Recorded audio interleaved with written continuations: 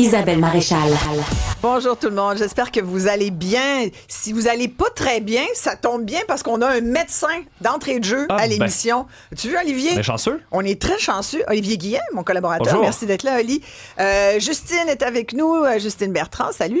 Juju, Sébastien, Maxime, comme d'habitude, toute l'équipe pour vous accompagner cet après-midi. Effectivement, le docteur Marc-André Ammiot est avec nous. Il est président de la Fédération des médecins omnipraticiens du Québec. Il s'est déplacé en studio pour passer presque la prochaine demi-heure avec nous. Merci beaucoup d'être là. Ça fait plaisir. Bonjour. Ouais. Là, on a vu que 25% des futurs médecins qui doivent choisir une spécialité, une résidence, boudent la médecine de famille. Parce qu'il y a 25% des postes, en tout cas en résidence de médecine familiale, qui sont vacants, docteur Ammiot. Je commence avec ce sujet parce qu'il y en aura sans doute plein d'autres au cours de cette entrevue. Et d'entrée de jeu, Oli, on va donner la possibilité à nos auditeurs de commenter. Si vous avez des questions pour le docteur Ammiot, juste avant d'entrer en entrevue, je vous ai dit, ça vous dérange-tu si le monde vous pose des questions? Vous m'avez dit, ben non, pas de problème. N'est-ce pas? Pas de problème. Vous n'avez pas changé d'idée? J'ai fait ça toute ma vie, répondre à des questions. Ben oui, De santé. ça. Et voilà, exactement. Donc, je suis convaincu que nos auditeurs ont des questions. Toujours, quand on parle de santé, de médecins. 1-877-827-2346, 1-87 Cube Radio. Alors, la question de la relève pour la médecine familiale est inquiétante, puis la question qu'on pose aux gens qui nous écoutent, qui ont sans doute peur de ne jamais avoir un médecin de famille pour s'occuper de leur santé, c'est une véritable question, ça. C'est une grande catastrophe, ce qui arrive actuellement. Et malheureusement, c'est pas étonnant. On l'avait dit, hein? Rappelez-vous, à l'automne dernier, dans le contexte du projet de loi 2, de la loi 25 de Christian Dubé, tout le climat là, négatif de dénigrement, de confrontation auquel les médecins de famille faisaient face. Et moi, je le disais, là, il va y avoir des exodes dans d'autres provinces, des médecins qui vont prendre une retraite prématurée, des étudiants qui ne choisiront plus la médecine familiale au Québec. Et là, on me disait, ben non, docteur Ammiot, c'est des menaces que vous faites, c'est des menaces, ça n'arrivera pas. Des médecins qui ont quitté le Québec, là, il y en a eu. Est-ce qu'on sait combien? Savez-vous combien, vous? Pas exactement, mais beaucoup plus que par les années passées. Et on a les résultats. Aujourd'hui, c'est 145 postes de résidence en médecine familiale qui sont laissés vacants. Sur 550. Sur 550, c'est sans précédent, là. On n'a jamais vu ça? On n'a jamais vu ça. Partout ailleurs au Canada, il y a 105 postes de médecine familiale disponibles. Dans tout le Canada? Dans tout le Canada, toutes les provinces confondues. Nous, c'est 145. Donc, ça veut dire quoi, ce mettons, là, pour les prochaines années? Ça veut dire quoi? Ça veut dire que il faut changer la façon d'aborder les problèmes au Québec et... Ça, c'est vaste, docteur Ammiot. Mais je vous donne quelques exemples. Mais par rapport aux médecins de famille, là, qu'est-ce que ça veut dire pour les gens qui nous écoutent? Ça veut-tu dire que... Parce qu'une résidence en médecine familiale, ça dure combien de temps? Ça dure 2 ans, 3 ans. Bon, ça veut dire que d'ici 3 ans, on va dire 3 ans, à terme, il y a donc... Si la tendance se maintient, on aurait quasiment 150 médecins de moins que prévu. Et je vous rappelle... Et chaque année, ça s'accumule, mettons. Tout à fait. Et je vous rappelle qu'il y a une pénurie d'au moins 2000 médecins de famille au Québec actuellement. On a augmenté... Ça, c'est un chiffre qui est débattu, mais vous dites 2000. Le ministère reconnaît au moins 1500. Donc, il reconnaît 1500 là, quand on regarde les besoins en première ligne, mais aussi les besoins en deuxième ligne. Quand je dis la deuxième ligne, là, saviez-vous que 34% des activités des médecins de famille au Québec sont faites à l'hôpital, dans les salles d'urgence. 85% des cadres de travail à l'urgence, ce sont des médecins de famille. Ouais. L'obstétrique, des accouchements, beaucoup d'accouchements sont faits par des médecins de famille. Les unités de soins palliatifs, les unités de réadaptation, tous les CHSLD sont couverts par des médecins de famille. Et puis là, on rajoute le maintien à domicile, l'aide médicale à mourir. On peut tout ajouter ça. Quand on calcule tout ça, c'est facile d'arriver à une pénurie de 2000 médecins de famille au Québec. Cela dit, qu'est-ce qui est arrivé avec ces étudiants-là? Qu'est-ce qu'ils ont fait? Ils sont partis peut-être? 3 éléments. Ils ont choisi une autre spécialité. Plus payante. Il y avait 454 postes de disponibles dans les autres spécialités, là. Médecine interne, pneumo, cardio, chirurgie, psychiatrie, pédiatrie. Il y avait 450 postes. Il y en a juste 6 de pas comblés. Ah oui. En quoi? En quelle spécialité? Je pense qu'il y a 1 ou 2 postes en psychiatrie, 1 ou 2 postes en génétique, 1 ou 2 postes... Saviez-vous, j'ai vu ça moi l'autre jour, je regardais qu'est-ce qui était le plus payant là, comme médecin spécialiste. Là. Fait qu'il y a évidemment au top, il y a le radiologue. Ouais. Puis en bas, savez-vous quel est le dernier? Vous devez le savoir. Non. Moi, j'ai été très étonnée de voir que c'est les psychiatres qui s'occupent de notre santé mentale qui sont les moins rémunérés.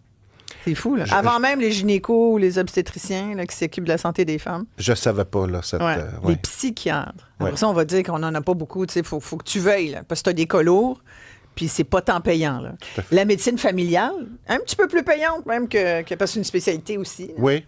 Mais je reviens. Oui. Donc, ils ont choisi une autre spécialité. Ils ont choisi une résidence ailleurs au Canada et ou bien... Ils ont choisi de prendre une année sabbatique pour augmenter leurs chances d'être admis dans une autre spécialité que la médecine familiale. Donc, c'est vraiment pas reluisant. Puis, quand je disais, il faut changer l'approche des problématiques, Christian Dubé, avec son discours dénigrant, c'est sous-entendu. Il n'est plus là, docteur Amio. Il n'est plus là. Donnez-y une chance. Il n'est plus là. Et vous voyez les là, effets... Vous dites, en ce moment, là, les résultats qu'on a, là, mettons le quart des postes vacants en résidence de médecine familiale, ça, c'est novembre dernier. En novembre, vous étiez pogné, justement, avec Christian Dubé. Mais là, aujourd'hui, mettons qu'on redemandait. Là, il y a un deuxième tour. Voilà. Alors, on va voir au deuxième tour si on a réussi à assainir le climat. Oui. Vous en pensez quoi? Moi, je pense que oui. Ben oui, on vous a tout donné. Non, on nous a pas tout donné. Qu'est-ce qu'on vous a pas donné? On va commencer par ce que vous n'avez pas eu, ça va être plus court. Non, le plus important... La loi 2 a pris le bord. Le plus important, là, c'est un climat de collaboration. Et ça, on l'a toujours dit. Tous les systèmes de santé dans le monde qui ont amélioré leur système de santé l'ont fait dans une collaboration et une co-construction avec les gouvernements. Ça ne peut pas se faire en confrontation, en obligeant avec de la coercition. Et ça, c'était l'attitude de Christian Dubé. Les étudiants avaient jusqu'au 26 avril. Là, les demandes qu'on voit aujourd'hui, là, c'est le résultat du 26 avril. Et on était encore dans un épisode de confrontation. Moi, ce que 26 avril, oui? 26 novembre. C'était juste pour voir si vous m'écoutiez. Ben oui. Mais je voulais pas vous ostiner trop, là. Je voulais laisser finir la phrase. Je m'excuse. 26 novembre, effectivement. Ce qu'il faut retenir de tout ça, là, et moi, je souhaite que comme société, nos politiciens, nos animateurs, nos chroniqueurs politiques, dans les médias écrits, retiennent qu'il ne faut plus jamais revivre ce qu'on a vécu en 2025, à l'automne 2025. Ça, là, ça a été délétère pour les patients au Québec, pour l'accessibilité des soins. Oui, pour les patients. Parce que j'avais hâte que vous disiez le mot patient, là, parce que tout à fait. Ça n'a pas été drôle pour les gens qui sont finalement en bas de la chaîne, puis qui regardent ça, puis qui se disent, moi là-dedans, qui s'occupe de moi, qui s'occupe de ma santé? La seule responsabilité que j'ai, la seule espèce de chose que j'ai à faire, c'est de payer.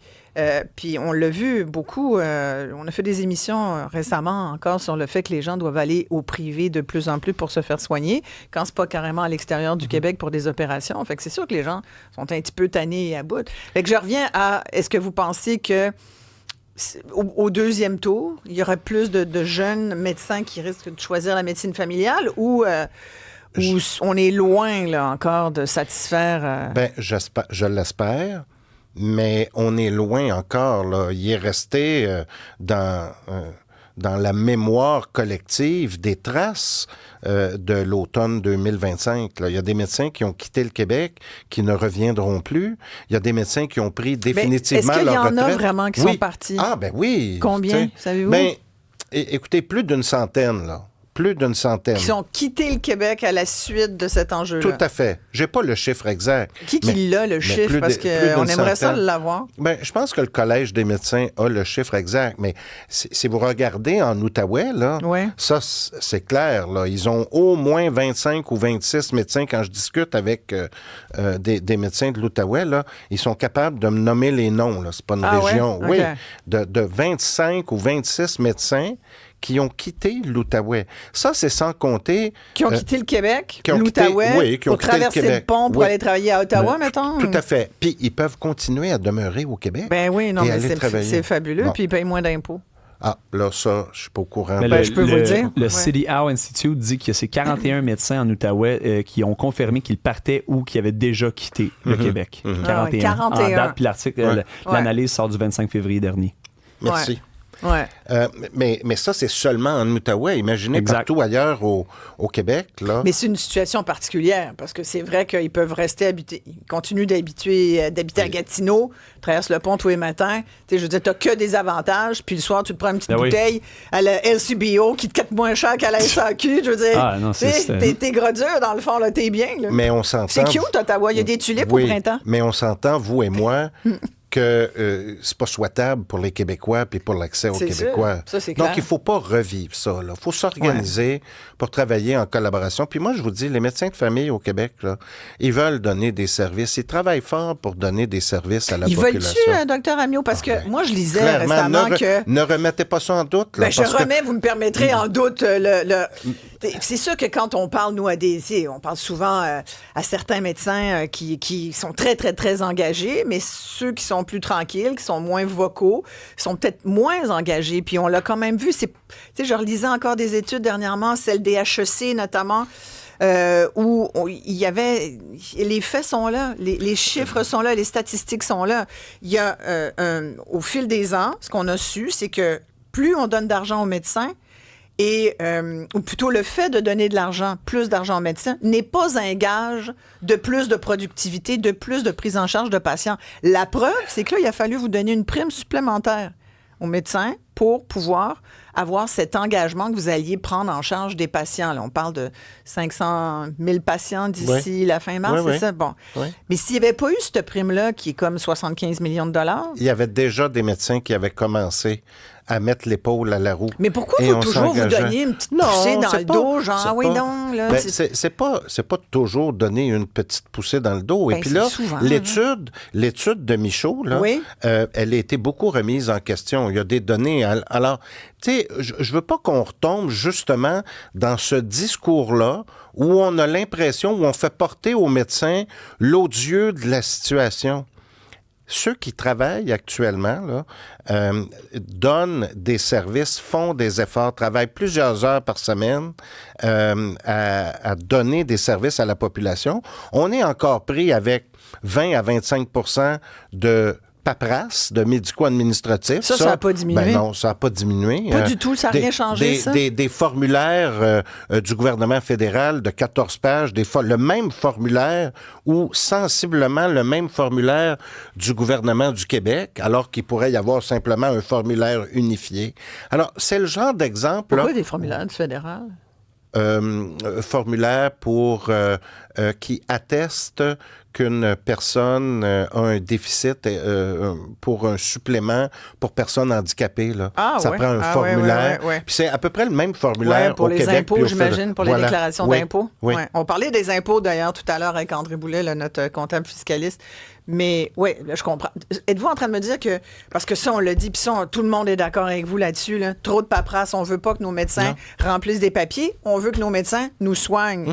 Puis là, après toutes ces palabres, ces mois de négo, à le dire quand même que vous avez besoin là, de moins remplir de petites coches, là, ça n'a pas bougé d'un iota, ça n'a pas changé du tout. Absolument pas. Absolument pas. Qu'est-ce qu'on peut faire? Et on en rajoute, là.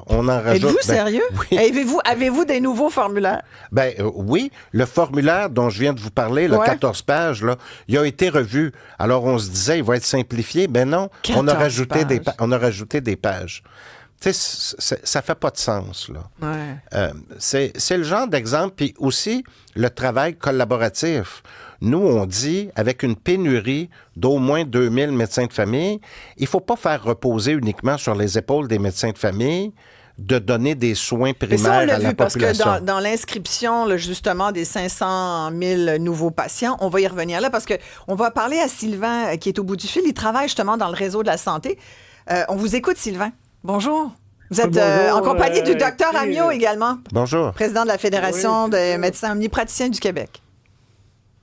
Écoutez, moi, quand je travaillais, puis il y avait des moyens de pression des médecins pour avoir des augmentations de salaire, bien, la première chose qu'on voyait, c'est qu'ils coupaient dans le personnel. Là. Ils coupaient des préposés, ils coupaient des auxiliaires, ils coupaient des infirmières. Je me suis retrouvé avec le double de patients. C'est toutes des affaires de même. Fait que c'est pour ça que ça avance pas plus vite que ça avançait avant. Puis quand il était en moyen de pression, c'est drôle, mais on n'entendait pas parler que nos hôpitaux sont en décrépitude, puis que c'est tout en train de tomber. Là, c'était après, là, je pense que la semaine passée, vous avez parlé avec le docteur Marquis, là, qui parlait de Maisonneuve-Rosemont, c'était tout décollissé, puis tout là. Mais quand eux autres ont besoin d'argent, mais ils n'ont pas de l'air à penser que les hôpitaux sont en décrépitude. Donc moi, la seule affaire, il y a bien des solutions à tout ce que vous dites. Moi, j'avais une idée là, pour que, justement, les médecins aient moins de paperasse à faire, parce que c'est vrai qu'il y en a beaucoup à faire. Ouais. Ça serait de prendre une super infirmière qui s'occuperait de la paperasse, surtout pour les chirurgiens, qui pourraient s'occuper de la paperasse, de tous les résultats de scan, de radiographie, puis tout le tralala. Elle pourrait tout gérer ça. Puis là, le chirurgien, ben, il pourrait passer un bon 6 heures à opérer là, en salle d'opération. Que de passer 6 heures à faire de la paperasse. Ouais. Puis le bloc...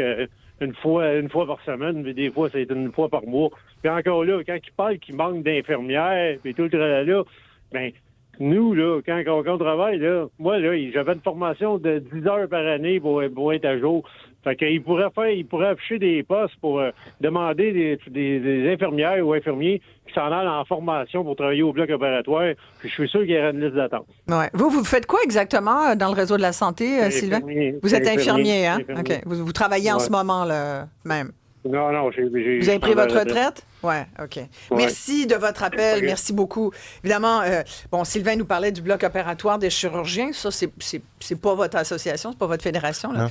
C'est celle du docteur Oliva, mais qui sont d'ailleurs pas réglés.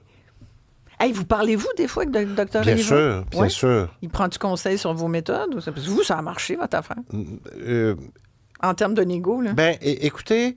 Puis ils veulent la même affaire que vous, ça a l'air. Nous, on a toujours basé nos affirmations, nos actions sur des données. Et on disait, il faut que Christian Dubé prenne les bonnes données et induise pas la population en erreur. Et ça, là, c'est vraiment important. Non, mais quand on prend des décisions comme médecin... Oui. On se base sur de la littérature, sur des vrais chiffres, des vraies données. Bien, on a réussi à faire la démonstration qu'il y avait différentes problématiques, puis on a réglé le dossier avec le bureau du premier ministre. Mais qu'est-ce que les patients ont gagné de cette négo?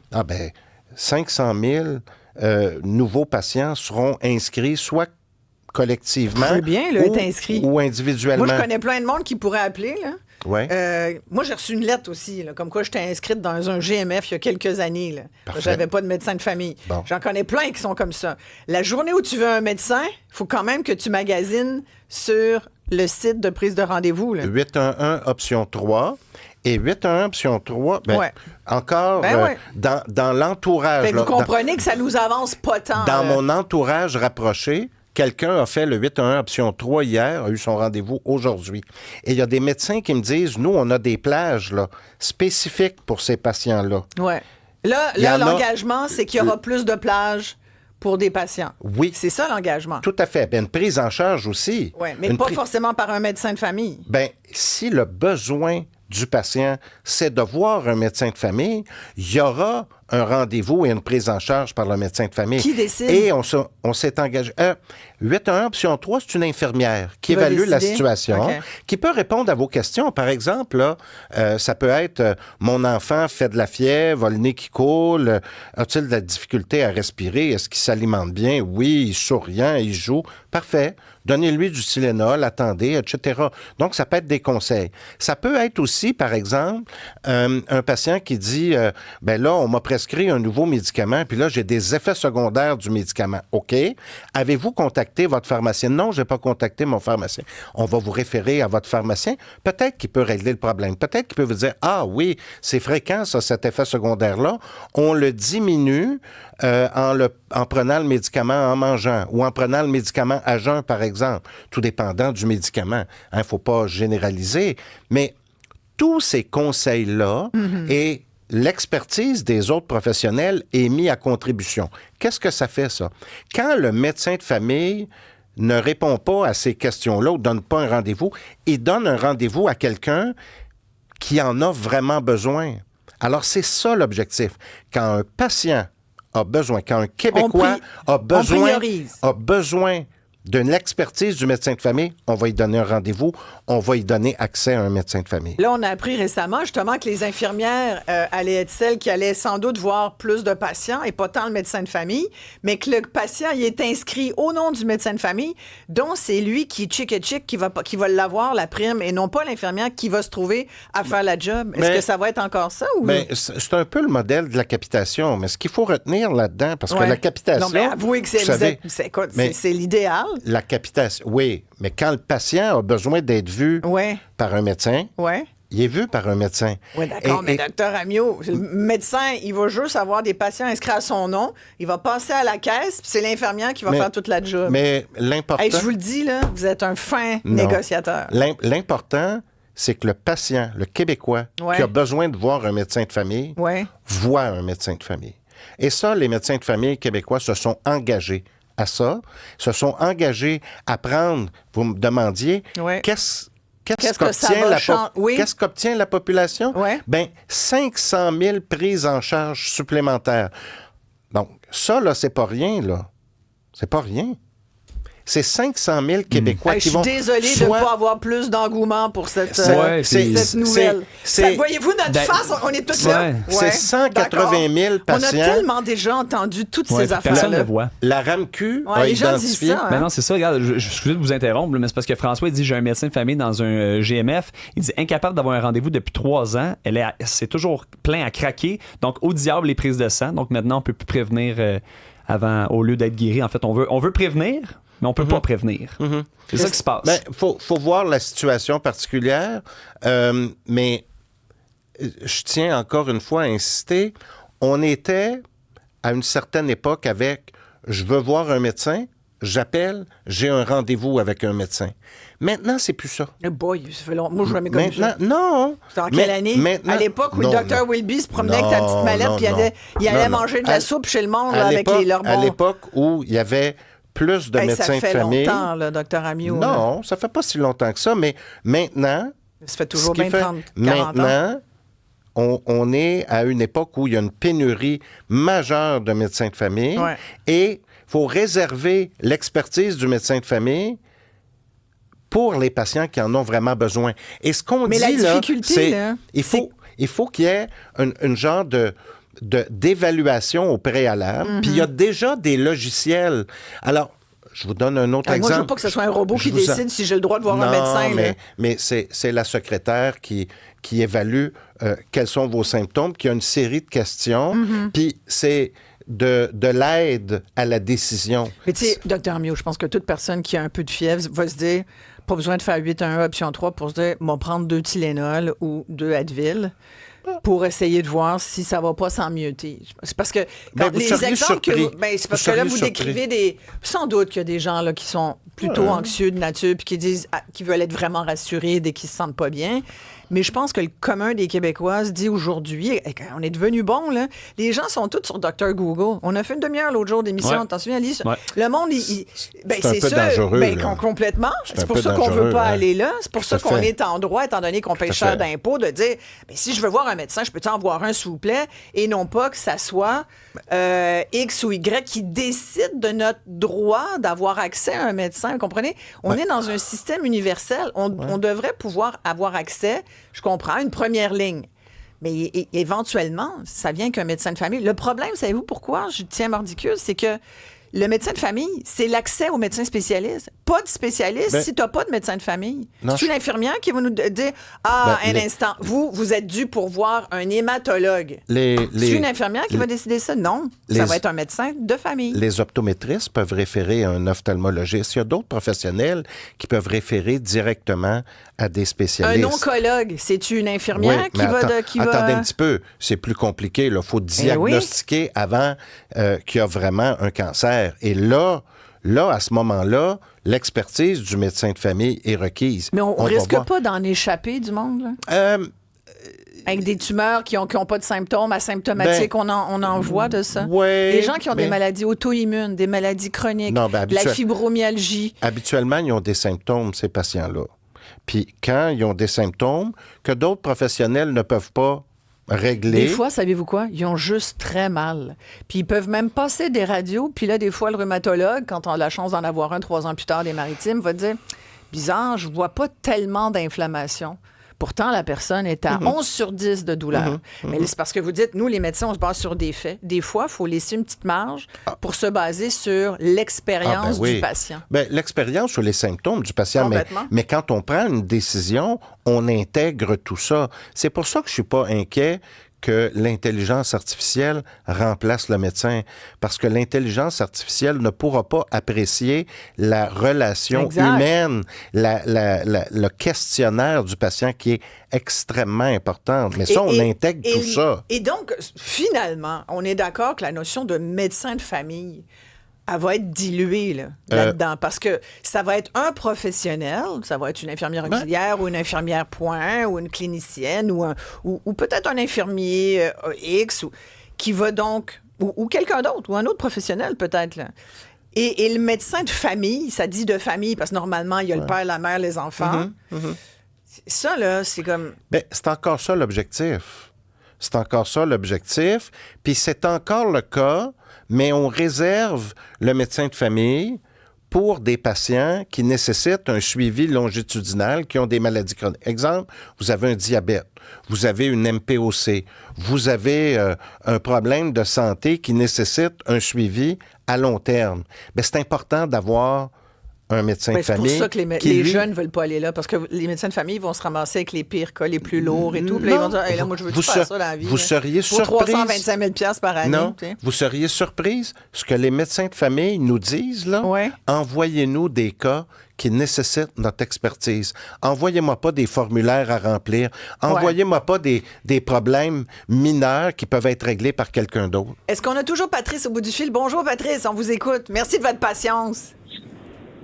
Aucun problème. Merci à vous de nous laisser cette opportunité-là. Écoutez, moi, ma question est la suivante.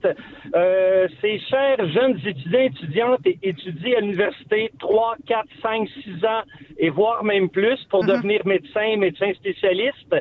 Et ils peuvent quitter pour une autre province. Est-ce qu'il y a une loi qui leur demande d'attendre un certain nombre d'années avant de quitter? Parce que, à ce que je sache, c'est nous qui payons l'entièreté ou presque de leurs études. C'est ma question, Isabelle. Elle est excellente, Patrice. Réponse, Dr. Amioux? La réponse, c'est non. Il n'y a pas de loi. Mais c'est non pour toutes les autres professions au Québec. Oui, mais c'est pas toutes les autres professions qui coûtent cher comme un parcours de médecin. Là. Écoutez, former une psychologue, c'est des frais. C'est un doctorat. Ça prend un doctorat, plusieurs années d'études. Former un dentiste, former un professeur, Puis je suis pas en train de dire qu'on devrait restreindre l'accès à tous ces autres professionnels-là ou les obliger. Finalement, quand vous demandez l'avis du monde, peut-être qu'on devrait faire ça. Ça coûte cher, des psychologues ne sont pas payés cher. Mais je vous ramène. Oui. Mais donc, il n'y a pas de loi là, pour répondre à Patrice. Patrice.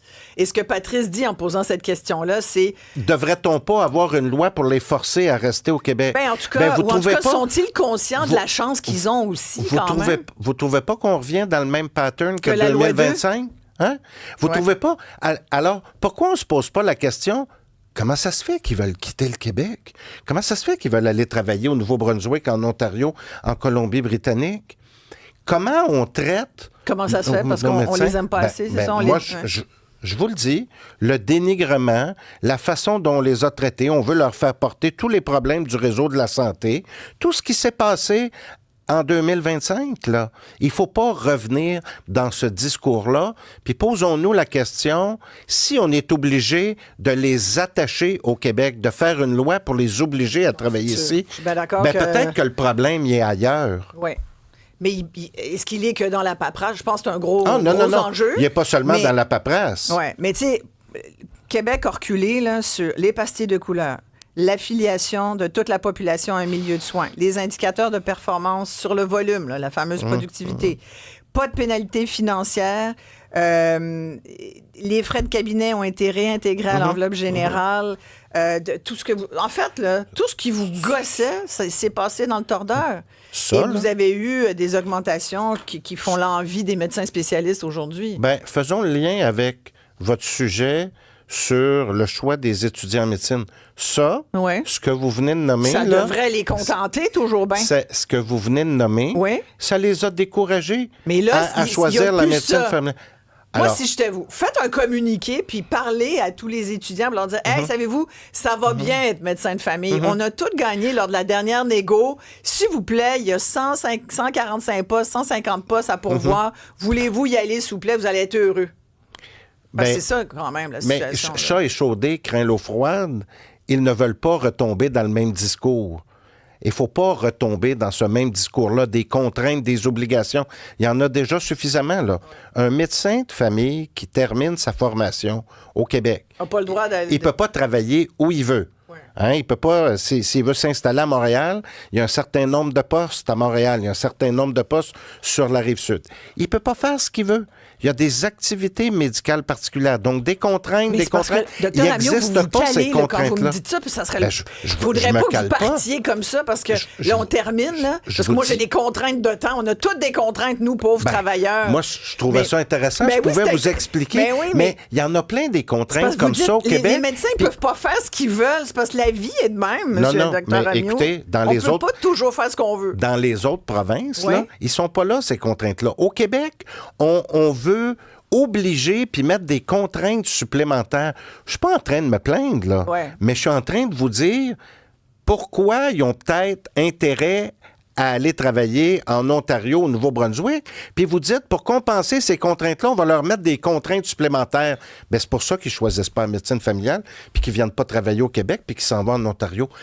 Moi, si on a une chose à apprendre... D'où ils risquent de revenir, parce qu'en Ontario, c'est pas mal plus vite pour voir un patient, puis ils font pas plus d'argent qu'ici.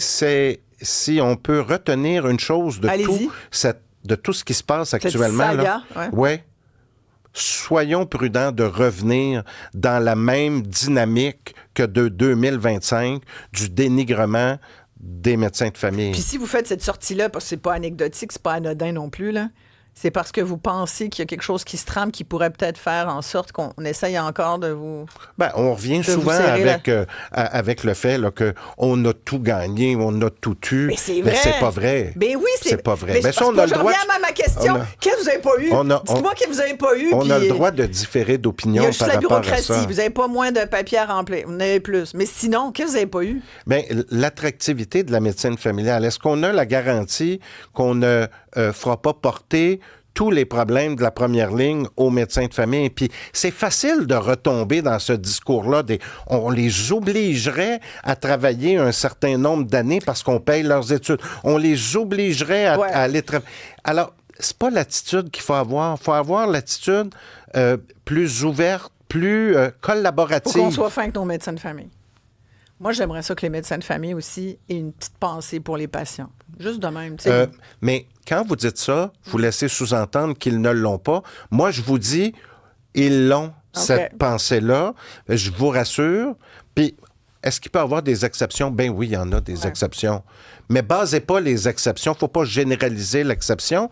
En tout cas, si ça nous donne des maux de tête, on sait quoi faire. 2 Tylenol, puis ça va bien aller. Ça C'est réglé. Moi, je pense qu'on devrait tous acheter des actions de Tylenol. Parce que... Ça marche au bout. Écoute, ça a l'air que c'est ça le remède. Ben oui.